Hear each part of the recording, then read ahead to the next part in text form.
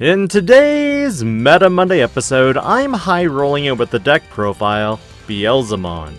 Beelzemon gained a lot of support in EX2, and while BT9 didn't do it much to give it more ground, well, it actually did get a substantial boost in the form of Promo Wizardmon. This deck can be explosive and takes a lot from the milling mechanic, but is regrettably luck-based and can at times not pop off. As always, I'll cover the card by card, the strengths, the weaknesses, and the combos. And as always, if you enjoy these types of videos, do consider liking this video, subscribing to the channel, and hitting that notification bell for more future content. This deck runs 5 level 2s, 12 level 3s, 10 level 4s, 7 level 5s, 7 level 6s, 3 level 7s, 8 option cards, and 3 Tamers. For level 2s, this deck runs 4 BT3 Demimeramon and 1 BT2 Pagumon. Demimeramon continues to be my favorite purple egg of all the purple eggs, mainly because you have the capability to control what you draw and trash. With this deck specifically, you can manipulate your hands for unbricking, while simultaneously milling your deck for specialized effects. And while BT2 Pagumon does do less control, I opted for this egg over starter deck Pagumon for the fact that Tamers are so heavy in the format right now, again, that you might hit Cool Boys, Davis Motomiyas, or one of 8 Tamers from Alphamon decks. I don't have any recommendations for substitutes because the rest draw you cards via trashing from deck or hand effects. For level 3s, this deck focuses heavily on Impmon, and for obvious reasons. BT2 Impmon is your MVP of the deck, capable of milling you 3 cards. But those 3 cards could do a variety of things with extra bonuses, which I'll cover more of throughout the deck profile. Gazimon is for preventing your opponent from gaining memory by card effects. Besides Tamers and in commentating for Core last week, memory blocking is huge, and the amount of memory boost present. Likewise, this deck has its own fair share of memory gaining as well. The last 6 rookies round out to 2 copies of BT6 Impmon for recycling your Beelzemons if necessary, and of course, EX2 Impmon for the IN Mako Search and Beelzemon Search. Keep in mind, this on-play triggers in conjunction with EX2 Beelzemon, but when it's milled off its own effect, it does not create a domino effect to mill 3 more. In terms of rookies, there aren't a whole lot of substitutes. Psychmon is one consideration if your meta is heavily leaning into D-Reaper or on-play reduced effects. And Gazimon could be further increased and utilized with Gazimon X-Antibody for more milling shenanigans. But overall, you want to prioritize your Impmons as much as possible, because even milling 2 EX2 Beelzemon just puts free bodies on board for you to swing with.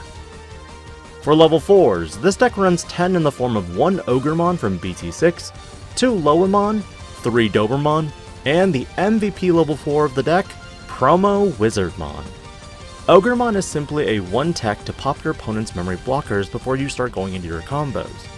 As for Loemon, this card is a potential finisher if you have a Digimon in the raise and your opponent only has 1 security left. Dobermon assists with milling 3 on deletion and can recycle itself to be used however many times you may need it. But Wizardmon is the real MVP for the fact that not only when it's milled do you gain memory, but you can adjust the top of your deck with its inheritable for more effect triggers. Whether you want to stack that Death Slinger on top for a memory gain of 1, or a Blast mode to pop a level 4 or lower when you swing with EX2 Beelzemon. Ratio-wise, you can adjust your Loemon to 3 if you're running all 4 IN Makos, but overall I find the present ratios very balanced. For level 5s, this deck runs 7 in the form of 1 Blackwork Groundmon, 2 Lucemon Chaos Mode, and 4 Skull Satamon. Blackwork Groundmon is the new addition as a 1-tech copy to give you that extra aggression with your EX2 Beelzemon. After all, this Beelzemon's when digivolving and when attacking effect is completely optional, and is not only triggered once per turn. Lucemon Chaos Mode is one of those Digimon cards you want to get into your trash as quickly as possible.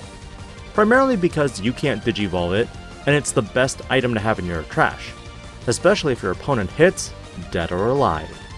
But do be careful that this Digimon can't delete level 7 Digimon, so Oryukin and Death Xmon are off limits. And finally, the 4 copies of Skull Satamon. This card from BT8 mills you 2 cards and then adds a card with Demon Lord and its traits back to your hand.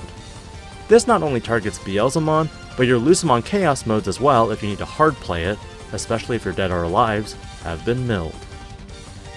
Only substitutions that I had in consideration for this build in particular was Skullsatamon from the starter deck. This card doesn't mill, but it does let you reclaim a purple Digimon card from your trash. For level 6s, this deck runs purely Beelzemon, 3 copies from BT2 and 4 copies from EX2. BT2 Beelzemon deletes a Digimon that's level 4 or lower, but can be warped into from an Imp-Mon for memory cost of 4. This was one of the first Digimon that could do this warp Digivolving capability. EX2 Beelzemon offers a slew of effects that can potentially make it a 2-cost Digivolution with Skullsatamon's inheritable. There aren't any substitutions for this that I'd recommend, because your Beelzemons are the key factor in this deck. Some variants I've seen run Creepymon for milling, but keeping it purely Beelzemon has been a lot more consistent, and you rely less on Dobermon or option cards like Calling from the Darkness to reclaim it if it's sent to the trash. For level 7s, this deck runs 3 copies of Beelzemon Blast Mode. This card deletes a level 4 or lower Digimon when it's trashed from the deck, but its when Digivolving effect allows you to delete all of your opponent's Digimon with the highest level. And finally, for every 10 cards in your trash, this Digimon gets Security Attack +1. This is one of the biggest boss monsters in the deck, and loses only to a handful of Digimon in the format when going into the security, i.e. Alphamon or Yukin mode. For option cards, this deck runs 2 Dead or Alive, 2 Missed Memory Boost, and 4 Deathslinger. Dead or Alive allows you to recur any of your level 5s, and if you happen to have a memory fixer, you can easily bring back out a Beelzemon Chaos mode to delete your opponent's Digimon before going into a Beelzemon the following turn. Missed Memory Boost for adding trashing and draw effects, and Deathslinger as a security bomb in security or extra memory when it's trashed. There are a wide variety of options you could run in this deck. Whether you want to add Calling from the Darkness as a 1-cost option to delete your Impmon in case it hits Tamers repeatedly or even Deathclaws.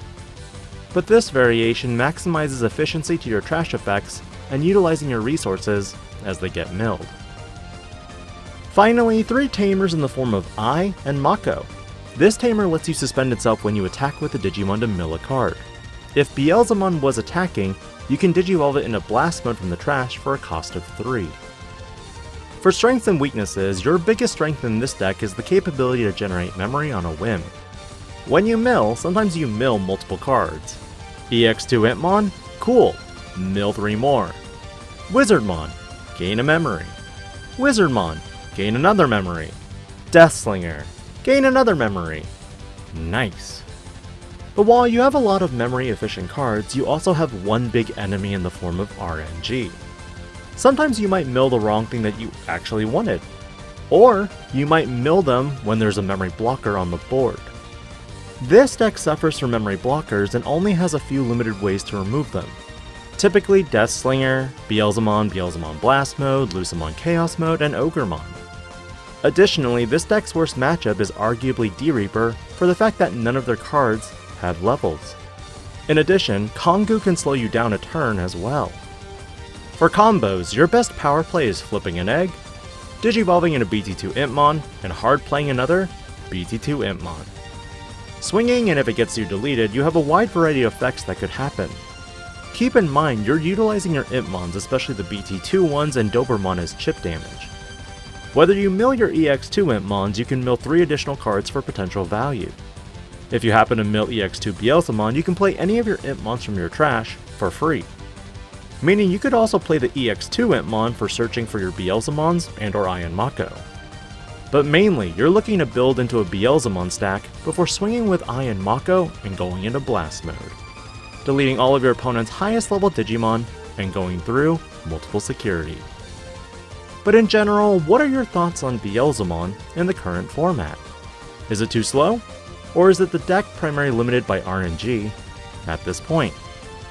Let me know in the comments below. This is Digi-Panda, logging out.